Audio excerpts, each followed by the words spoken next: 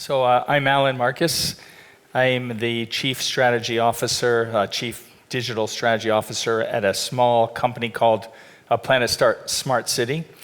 And we have four gentlemen and myself, and we're going to talk about technology that's going to help bridge the gap. And we're going to do it in a format that's like a pitch.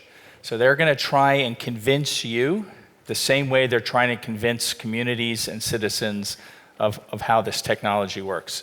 So I'm going to be the first. In fact, I'm going to do a really quick one, and you'll see and get an idea of how this works. So, by choosing to move into a planet district, you have already begun a journey to achieve your goals and aspirations. We provide more than just a home.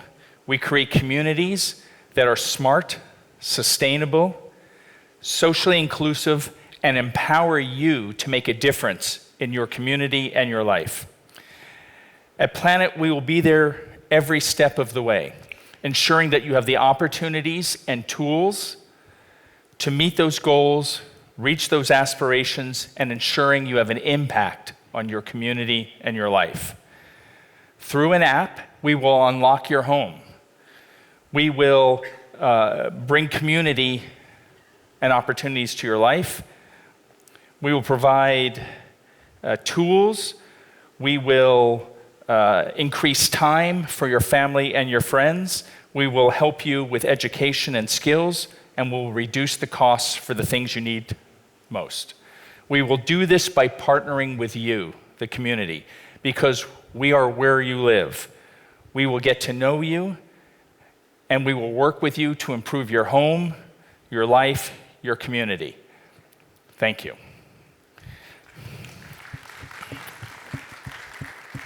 So in that same format, each of you, I'll call you up one at a time, come do your pitch, and then we'll sit and we'll talk about what these technologies mean to the communities of the world. So maybe first, let's bring up Raphaël. Perfect. Thank you very much indeed, Alan. I'm Dr. Raphaël Meyer. I'm the CEO of Lancey Energy Storage. I'm delighted to be here. And I will start my pitch. So for everyone right now, the emergency of the global warming is ringing everywhere. And there is this dilemma that we heard during the Yellow Jacket crisis in France, which is this contradiction between the end of month and the end of the world. And that clearly demonstrates that if we want to achieve this energy transition, we have to start by the very essential needs of the real life of people. If we take a different perspective, heating of the building in Europe emits more CO2 than transportation. We have 20% of the European citizens that suffer of fuel poverty, and that's strongly linked to the heating of the buildings. And more than that, we know that we have to electrify massively our uses of energy with green electricity. So for us, it's clear. We have to enter a new paradigm for the heating generation. And that is why Lancey Energy Storage has developed the first smart electric radiator with a battery storage capacity.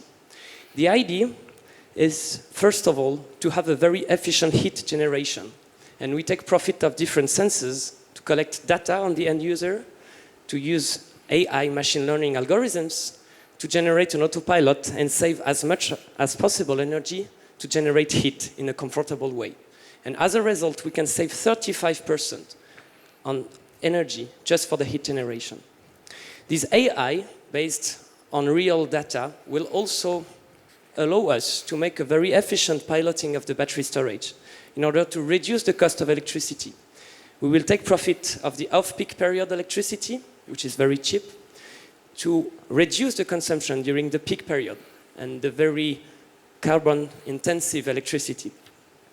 But more than that, what we want to do is to build a configuration where you have PV panels on the rooftop, and the management of this free, local, and carbon-free electricity will be done by the batteries of our systems. That's what we call the self-consumption. And that's right now a very interesting trend to reduce the cost of electricity and bring a carbon-free energy at home. As a result, we can provide today, at day one, a very high level of comfort to reduce at the end of the month the heating bill in order, at the end, to develop massively carbon-free electricity and to go to this carbon-neutral society. We finished a fundraising this summer of 8 million euros with different partners. The idea is to enter the mass production and to extend abroad France, in Europe and North America through a licensing partnership. But we want to go much further. Our vision is a world of prosumers organized in energy communities. And those communities will be, one part of the day, autonomous microgrids, able to manage the production and the consumption on a very local scale. And we will reconnect the rest of the day, progressively, those microgrids to the main grid in order to access to abroad green electricity and, of course, keep the safety of supply, which is highly critical in a developed area like Europe. For this, we need new partners, new investors, so I humbly invite all the stakeholders that are interested into these topics to join this adventure. Thanks a lot. Thank you, Raphaël. Nicolas, please.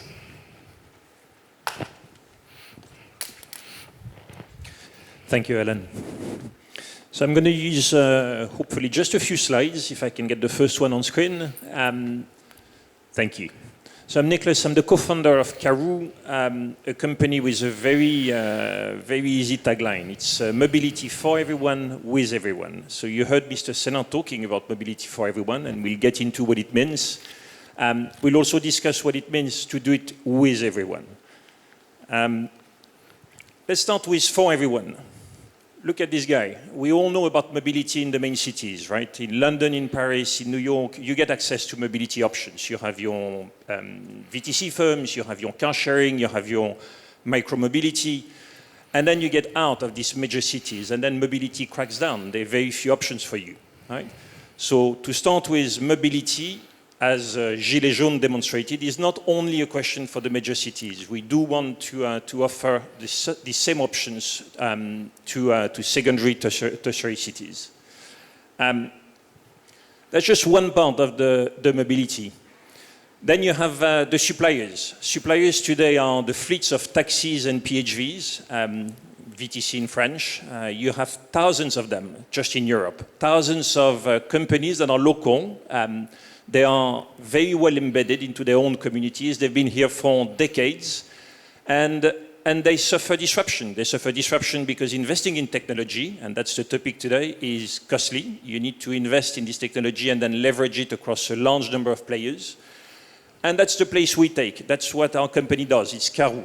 So Karhoo is a marketplace, and it connects a very large number of fleets, all these independent companies. So wherever you live, wherever you go on holiday, wherever you spend your weekend, there will be a local transportation provider. And this transportation provider, by joining us, with no disruption to their business, we integrate their technology, we dispatch bookings directly to them without any change to the way they operate.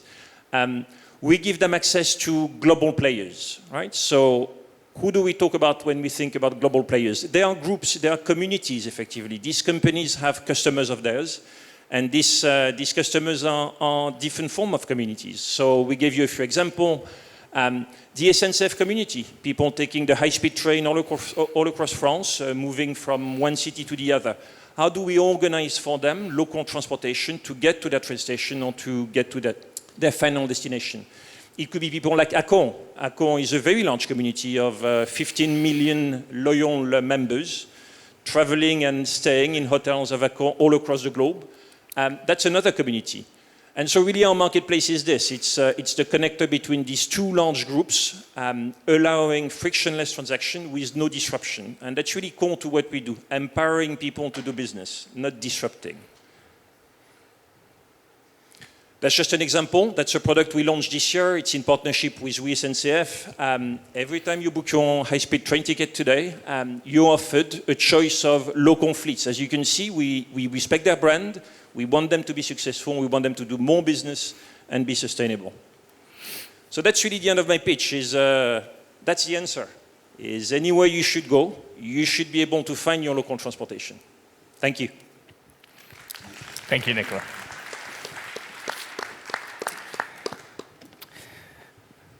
Chris Anderson, please. Thank you, Alan. Good afternoon, everyone. I'm Chris Anderson. I'm from EDF. I'm in charge of the business development in Africa for the access to electricity and the off-grid solution. Today, I would like to speak about Africa. Africa today is 600 people do not have access to electricity. EDF and Africa is a long story, more than 50 years. Today, free observation in Africa. The digitalization, because today the digitalization plays a key role to access to electricity. The feminization. Many women today plays a key role in entrepreneurship. And the support of the big company like EDF.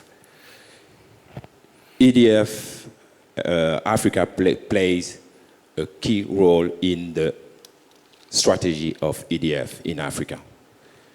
Because today, when we talk about digitalization, it's very interesting to go on the ground, in the village. We talk about today community. Community, rural community, urban community.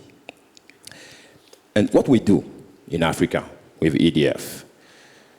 Today, we have the possibility with the off-grid solution to bring a kit solar home system for people in rural zone. Often we talk about the leapfrog. Okay, the people, we have no phone at the beginning and now mobile. It's the same thing to access to electricity. Today, in a rural zone, we have some people who do not have no electricity and they switch directly to have a kit solar home system. What is the kit solar home system?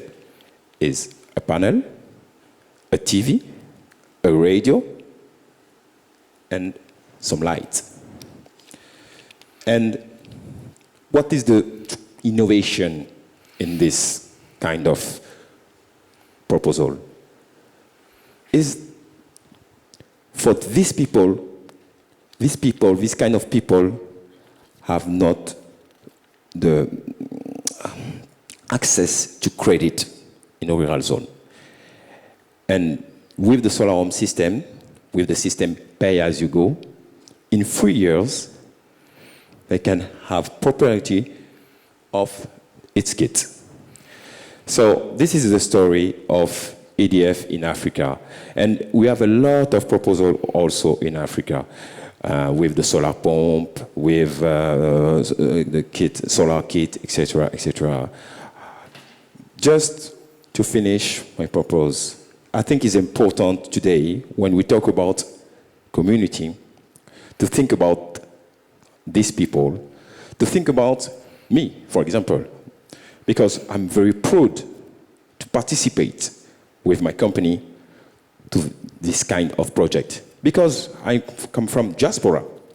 And today when we talk about community, the community of the diaspora who live in France have to participate this kind of project to access to electricity. Thank you very much. Thank you. Okay, Francois, please.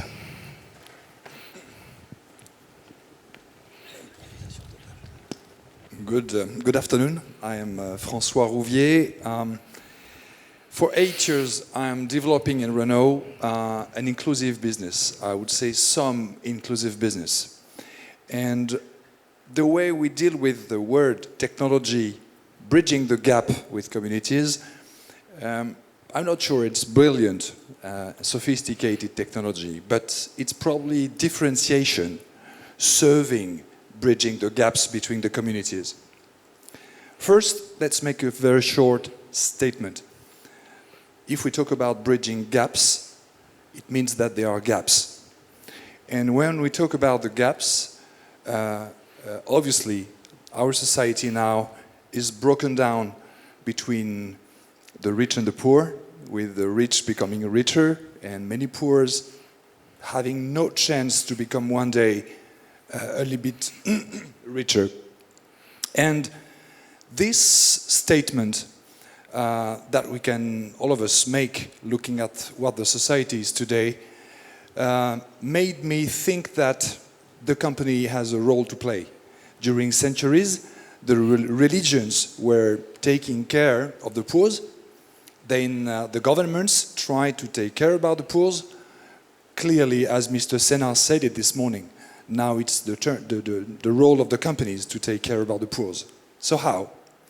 In Renault, in 2011, we have decided to launch a social business project called Mobilize.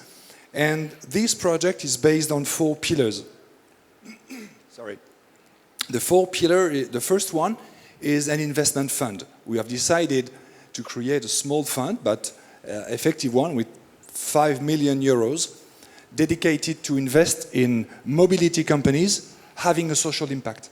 Today, we have invested in 13 small, mid-sized companies, startups often that we support very much financially and with a human relationship with them. We have invested 3 million euros, and we have more and more new companies that we are planning to invest in. The second pillar is the academics. We are connected to HEC, and we work a lot to improve the research to how to better connect the companies, the corporates, to social impact. The third pillar is having new projects for poor people. And Mr. Senard this morning mentioned the Garage Solidaire, the Solidarity Garages. In this case, we repair cars, we sell cars at cost in our dealership for people who are really at the bottom of the pyramid and who need a car to work or to keep their job.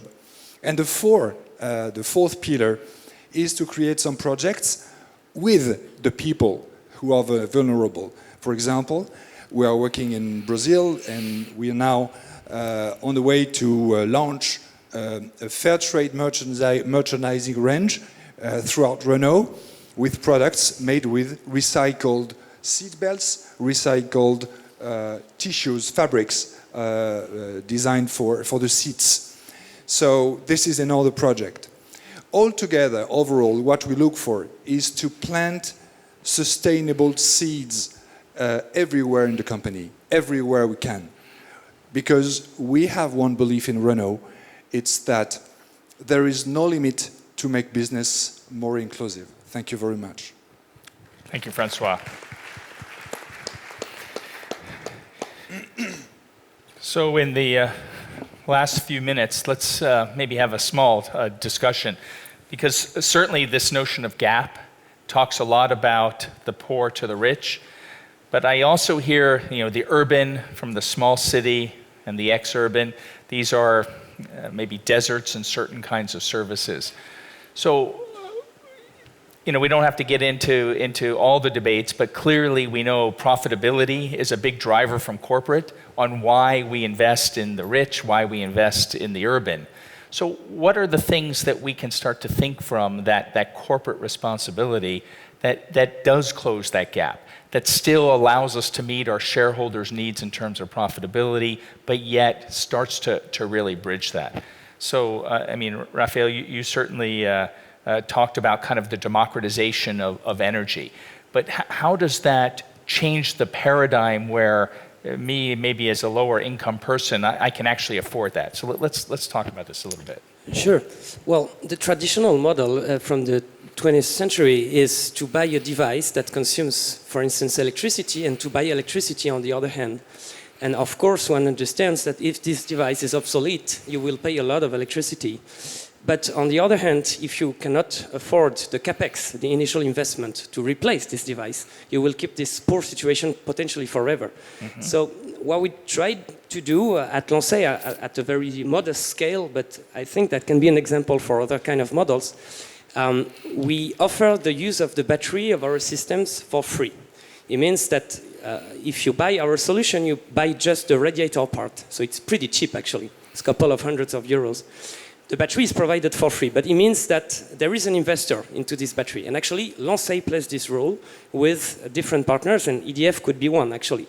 And we will actually collect the recurring revenues from the services that this battery can provide to the grid.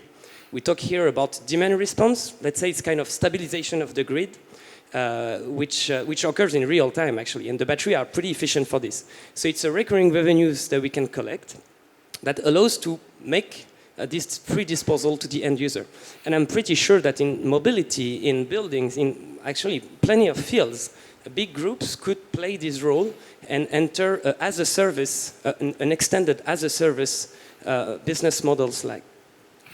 So, Chris Anderson, you also kind of talked about that, like how as the resident could contribute more to the overall grid and make it more as part of the community. Does this thinking actually play well as a big corporate like EDF, whose money is made directly from providing the service?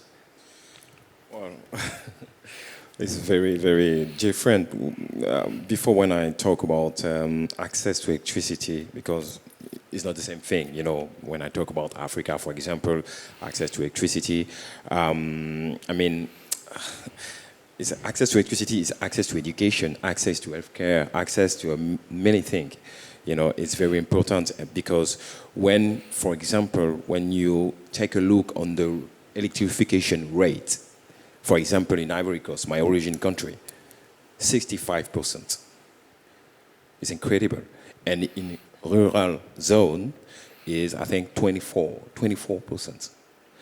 And thanks to digitalization, thanks to the mobile money, for example, this kind of people can have to access to electricity. But not electricity grid, because every country in Africa plans to grid their country, but it's too long. It's 20 years. And I think the solar home system for us, for EDF, for the moment, is the best solution, the best way for the 10 years, for the 10 next years, because is a stockage a little bit for these people, is a solution, quick solution, because you have your panel, your battery, lithium, your TV, you know, and I think for African people, for us in EDF, it is very, very, very interesting. So I'm just watching the time, so I know we're running very fast. But just very quickly, when I think in terms of the democratization of mobility, and Nicolas, you kind of talked about that, when I look at how to decarbonize this space with electrification, do you see any particular challenges, or do you see kind of these types of technologies we're talking about here are going to make a difference? And be very quick. You got about 60 seconds, and then. So in 60 seconds to address electrification. 2 points to your question. One is, why is democratization of mobility important? And I think it's a point that was made this morning by Mr. Senard again. Mobility is a mean for business. You know, many studies have shown that increasing the ability for people to respond to a job that might not be just in their very near neighborhood is extremely powerful in terms of economic development, right? And that means less employment, that means more revenues, etc. So making mobility frictionless is a mean to a much greater end.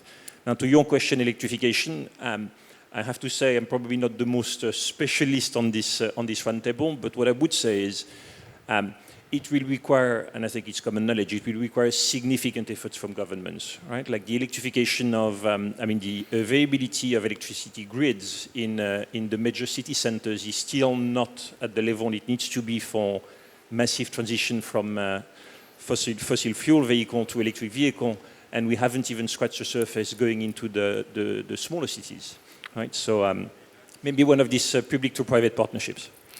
All right, well, thank you very much. We're out of time, so Francois, I apologize just in terms of the discussion. But bridging the gap, there's a lot more to do. We need to look more at perhaps government and really look at how these technologies integrate and play with one another. So I thank the four of you, and we're completely out of time. I see an axe chopping, so thank you. Thank you.